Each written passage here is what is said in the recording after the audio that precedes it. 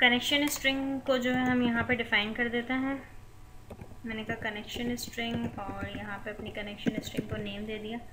अब देखिए नेम मैं वो नेम दे रही हूँ जो मेरी कॉन्टेक्स्ट की क्लास का नाम है। मेरी कॉन्टेक्स्ट क्लास का नाम क्या है? कोड फर्स्ट कॉन्टेक्स्ट, ठीक है। अभी मैं सेम नेम दे रही हूँ, ठीक है। डिफरेंट दूंगी तब बताऊँगी आपको डिफरेंट के लिए आपको करना क्या पड़ेगा।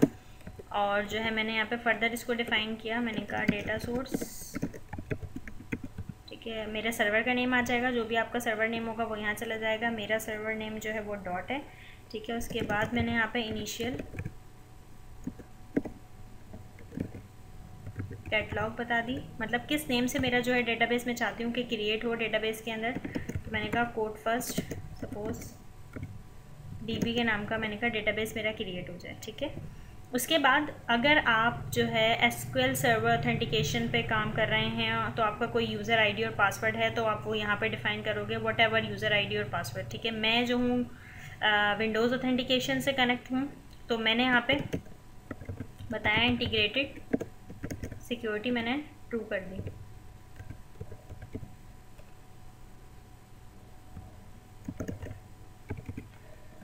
अच्छा जी, और जो है यहाँ पे प्रोवाइडर नेम हमने डिफ़ाइन कर दिया। हमने कहा system dot data dot SQL client. SQL की लाइब्रेरी, ताकि हमें बार बार कॉल करने की ज़रूरत नहीं पड़े, इसलिए हमने अपना प्रोवाइडर नेम यहाँ पे डिफ़ाइन कर दिया, ठीक है जी। यहाँ तो ये तो हो गई मेरी कनेक्शन स्ट्रिंग। अब सपोज़ मैं चाहती हूँ, ये मैंने आपको नेम बताया, अगर नेम सेम पास कर रही हूँ तो मुझे ये वाला काम नहीं करना पड़ेगा जो मैं अब करने जा रही हूँ, ठीक है। सपोज़ मैंने यहाँ पे नेम में चाहती हूँ, नहीं मेरा नेम जो है मैं डिफरेंट चाह रही हूँ, मैं ये नहीं चाह रही, मैं चाह रही हूँ कोड फर्स्ट कॉन्टेक्स्ट ना हो, बल्कि मैंने कहा मेरा नेम हो कॉन एसटीआर, ठीक है, कनेक्शन स्ट्रिंग। मैंने ये नेम चाह रही हूँ तो मुझे यहाँ पर आके एक छोटा सा काम करना पड़ेगा, कंस्ट्रक्टर क्रिएट करना पड़ेगा इस क्लास का, जो मेरी क्लास है। मैंने कहा पब्लिक कोड फर्स्ट कॉन्टेक्स्ट। अच्छा, इसका कंस्ट्रक्टर में आके इनहेरिट कर देंगे बेस के कीवर्ड के ज़रिए से जो भी आपका नाम होगा वो नेम, ठीक है। ये मेरा कंस्ट्रक्टर है, बेस के कीवर्ड के ज़रिए से वो नेम यहाँ पास कर देंगे जो आपका नेम है। यहाँ पे मेरा नेम क्या है, देखें ये नेम है, ठीक है।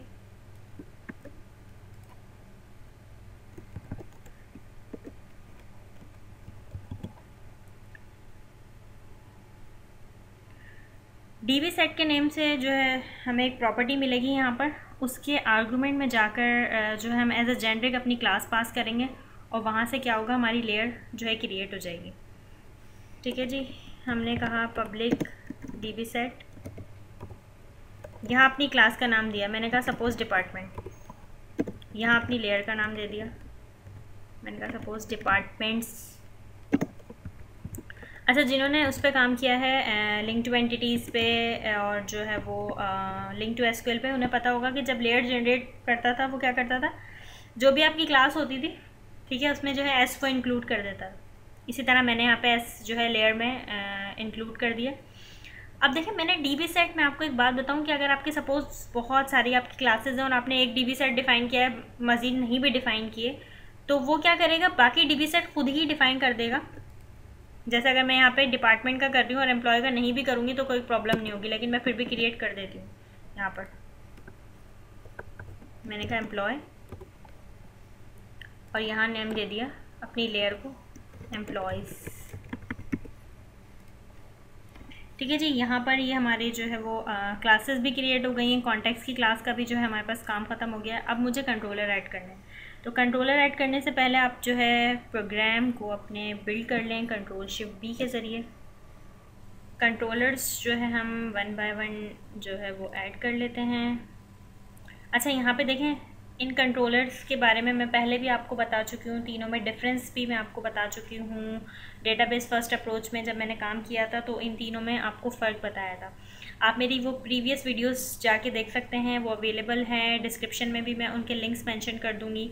एम्प्टी आपके पास बिल्कुल खाली होता है, रीड राइट में आपके पास मेथड्स बने हुए आते हैं और इसमें आपके पास ये आपको व्यूज़ भी क्रिएट करता है और जो मेथड्स होते हैं उनके अंदर फंक्शनैलिटी भी ऐड हुई होती है, ठीक है। तो मैंने यहाँ से थर्ड वाला कंट्रोलर सेलेक्ट किया है for department. Second controller add कर लेते हैं फॉर एम्प्लॉय।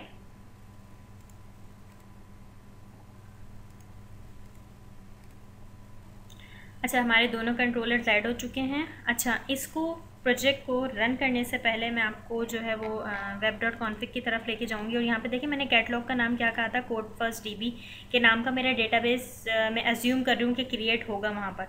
ठीक है, तो उससे पहले मैं आपको दिखा भी देती हूँ कि ये मेरा जो है वो SQL है और यहाँ पे देखें कोई भी ऐसा डेटाबेस मौजूद नहीं है जो कोड फर्स्ट के नाम का हो। जब यहाँ से मैं प्रोग्राम को रन करूँगी तो वो जो है वहाँ पे जाके टेबल्स क्रिएट होंगे। एंटिटी फ्रेमवर्क आपको क्या करेगा, आपकी क्लासेस को टेबल्स में कन्वर्ट कर देगा। और जो है वो देख लेते हैं इसको एक रिकॉर्ड इंसर्ट कर लेते हैं।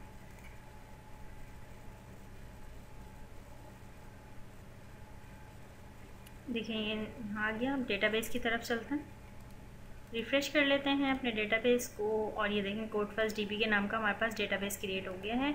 ठीक है जी, और हमारे पास टेबल्स भी आ गए हैं। और हम रिकॉर्ड चेक करते हैं, हमारा HR जो हमने एक इंसर्ट किया था वो रिकॉर्ड भी यहाँ पर आ गया होगा।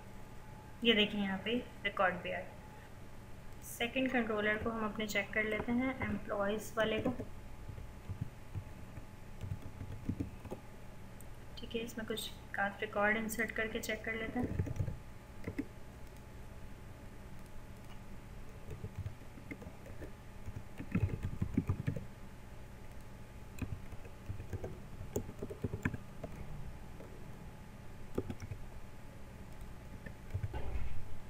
ठीक है जी, और ये क्रिएट कर देते हैं। देखें ये रिकॉर्ड यहाँ पे भी इंसर्ट हो गया है। डेटाबेस में भी चेक कर लेते हैं एक बार हम अपना रिकॉर्ड। ये हमारे पास रिकॉर्ड आ गया। ठीक है, देखिए बैक एंड पे IDs चल रही हैं और फ्रंट एंड पे क्या है आपके पास, ड्रॉप डाउन में क्या होता है ये देखें, ये है वर्चुअल का काम। थोड़ी सी जो कन्फ्यूजन होती है बहुत से लोगों को काम करने में, वो यही होती है कि उन्हें ये चीज़ समझ नहीं आ रही होती। ये मैंने आपको क्लियर कर दी कि अगर आपकी कनेक्शन स्ट्रिंग का नाम सेम है आपकी क्लास के नाम का, ठीक है, तो आपको ये वाला काम करने की ज़रूरत नहीं है। लेकिन अगर आपकी कनेक्शन स्ट्रिंग का नाम डिफरेंट है तो आपको इस क्लास का कंस्ट्रक्टर जो है बनाना पड़ेगा और उसको इनहेरिट इस तरह से करना पड़ेगा। अच्छा, अब मैं सपोज़ देखें, अब मेरा जो है वो प्रोजेक्ट भी मैं क्योंकि रन कर चुकी हूँ और डेटाबेस भी आपके सामने क्रिएट हो चुका है। अब मुझे याद आया, सपोज़ कि मैं जो हूँ डिपार्टमेंट की क्लास के अंदर एक कॉलम ऐड करना जो है मैं भूल गई थी। सपोज़ मुझे एक और फील्ड ऐड करनी थी, एक और कॉलम था जो कि मैं डिपार्टमेंट में मैं कहती हूँ कि मुझे हेड भी ऐड करना था। अब मुझे हेड ऐड करना है, इस चीज़ को, इस कॉलम को मैं किस तरह से डेटाबेस में रिफ्लेक्ट करूँगी। दो ऑप्शन है आपके पास, ठीक है, मैं दोनों ऑप्शन आपको करके दिखाऊंगी। पहला तो ये है कि आप क्या करें, आपको जो है वो यहाँ पर आकर, या तो आप इसके अंदर आकर जो है वो डेटाबेस का नाम अपना चेंज कर दें। मैंने कहा सपोज़ यहाँ पे नेम चेंज कर दिया अपने, DB न्यू कर दिया मैंने अपने डेटाबेस को। ठीक है, उसके बाद आपको क्या करना पड़ेगा, इनके कंट्रोलर्स भी जो है वो आपको डिलीट करने पड़ेंगे। क्यों? क्योंकि कंट्रोलर्स जब बनते हैं तो यहाँ पर देखें ये सारे कॉलम्स नेम असाइन हो रहे होते हैं, कौन कौन से कॉलम दिखाने हैं, एडिट में कौन से दिखाने हैं। ठीक है, यहाँ पे तो पहला ऑप्शन तो ये है कि आप क्या करो, यहाँ से डिलीट कर दो। आपको ये भी डिलीट करने पड़ेंगे सारे, इनके व्यूज़ भी जो हैं वो डिलीट करने पड़ेंगे वन बाय वन। कंट्रोलर देखें जब बनता है ना तो डेटाबेस असाइन होता है। ठीक है, कॉलम्स वहाँ पे डिफ़ाइन हो रहे होते हैं कि ये कॉलम्स जो है जाएंगे। अब मैंने, क्योंकि मैं चाह रही हूँ कि एक अदद जो है हमारे पास हेड का कॉलम भी जो है वो ऐड हो, तो एक तो तरीका ये हो गया, ठीक है, कि आपने इनको डिलीट कर दिए कंट्रोलर्स भी, और उसके करस्पॉन्डिंग में जो व्यूज़ बने थे वो भी आपने डिलीट कर दिए। देन आपने क्या किया, आपने जो है वो दोबारा से जो है वो कंट्रोलर्स ऐड कर लिए और उसके व्यूज़ भी दोबारा से क्रिएट हो जाएंगे। लेकिन एक बात सोचने की है कि अभी तो सिर्फ आपके पास एक कॉलम है। ठीक है, चलें अभी ऐड करते हैं पहले इसको, कि अभी तो सिर्फ एक कॉलम मुझे ऐड करना था, तब मैंने कंट्रोलर्स भी डिलीट कर दिए और जो है वो व्यूज़ भी मैंने दोबारा से जो है क्रिएट करवा दिए। स्कैफोल्डिंग है, मेरा जो है कोई एफर्ट नहीं लगी, मैंने जो है जल्दी से ये सब कुछ ऐड करवा दिया। For department and then for employ. जी ये होगा। अब जब मैं प्रोजेक्ट को रन करूँगी तो इस नेम का जो है डेटाबेस क्रिएट हो जाएगा और उसमें ये सारी चीज़ें आ जाएंगी। रन करके आपको एक बार हम चेक करवा देते हैं। यहाँ पे ये रन हो चुका है। मैंने सपोज़ यहाँ पे एक अदद जो है वो रिकॉर्ड ऐड किया।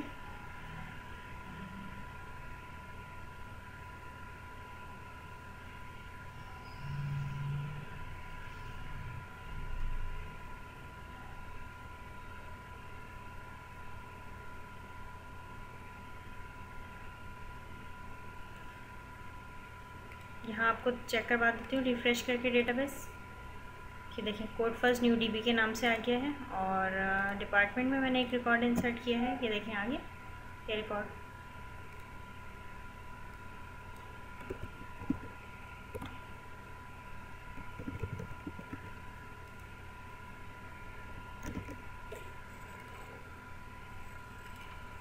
इसी तरह यहाँ पे भी ये आ गया, ठीक है मेरे पास, ये देखें।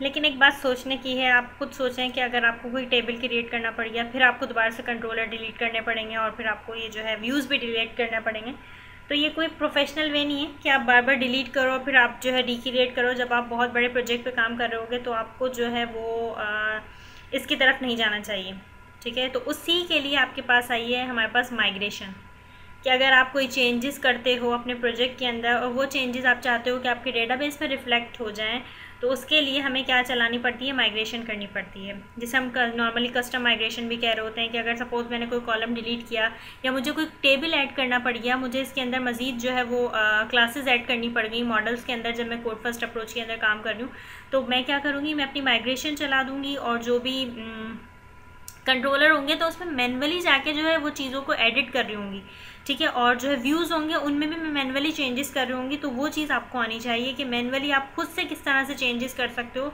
बेशक यहाँ पर स्केप फोल्डिंग कर रहे हैं हम, और वो क्या कर रहा है कि हमें जो है वो व्यूज़ भी क्रिएट करके दे रहा है, और जो है कंट्रोलर के अंदर मेथड्स भी क्रिएट करके दे रहा है।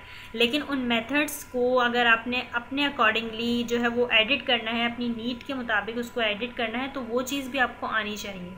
अच्छा जी, माइग्रेशन हम देख लेते हैं कि माइग्रेशन हम किस तरह से कर रहे होते हैं। सपोज़ मुझे यहाँ पे एक कॉलम जैसे कि ऐड करना है लोकेशन का, लेकिन उससे पहले मैं एक काम करती हूँ, माइग्रेशन को अपनी इनेबल कर लेती हूँ। मैं टूल्स पे आई, टूल्स पे आने के बाद मैंने न्यूगेट पैकेज मैनेजर पे आई और यहाँ से कंसोल को ओपन किया। इनेबल की यहाँ पे हमारे पास कमांड होती है, वो रन करनी पड़ेगी, तब हमारी क्या के जो है माइग्रेशन क्या हो जाएगी, इनेबल हो जाएगी। किस तरह से, मैंने कहा इनेबल डैश माइग्रेशन। जैसे ही मैं इस कमांड को रन करूंगी तो मेरे पास एक अदद फोल्डर आ जाएगा माइग्रेशन का।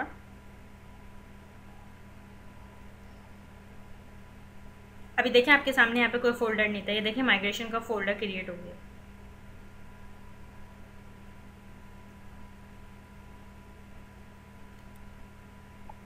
ठीक है जी, ये मेरी माइग्रेशन आ गई। और ये देखें एक इसने माइग्रेशन खुद ही ऐड कर दी इनिशियल क्रिएट के नाम की, जो कि बता रही है कि भाई ये आपका टेबल है, ठीक है, और एक ये वाला टेबल आपके उस टेबल में ये कॉलम्स है, ठीक है।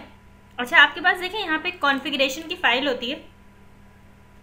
इस कॉन्फ़िगरेशन की फ़ाइल के अंदर यहाँ पर लिखा हुआ है automatic migration enable equal to false. वो कह रहा है कि ऑटोमेटिक माइग्रेशन आपकी इनेबल नहीं होगी, बल्कि जब आप चाहोगे तब आपकी इनेबल होगी। अगर आप चाहते हो कि मुझे बार बार ना इनेबल डैश माइग्रेशन लिखना पड़े, आप सिंपली यहाँ पर ट्रू कर दें इसको, ठीक है। अब मैं यहाँ पर आई अपने जो है वो डिपार्टमेंट की क्लास के अंदर, यहाँ पर आकर अब मैंने कॉलम ऐड किया, ठीक है। सपोज मैंने यहाँ पे कॉलम जो ऐड किया वो लोकेशन का कॉलम ऐड कर दिया। अब इस कॉलम को हमने किस तरह से जो है डेटाबेस में रिफ्लेक्ट करना है, सबसे पहले हमें यहाँ पे माइग्रेशन को ऐड करना पड़ेगा। उसके लिए हमारे पास कमांड होती है ऐड डैश माइग्रेशन की, ठीक है। और मैंने यहाँ पे अपनी माइग्रेशन को नाम दिया।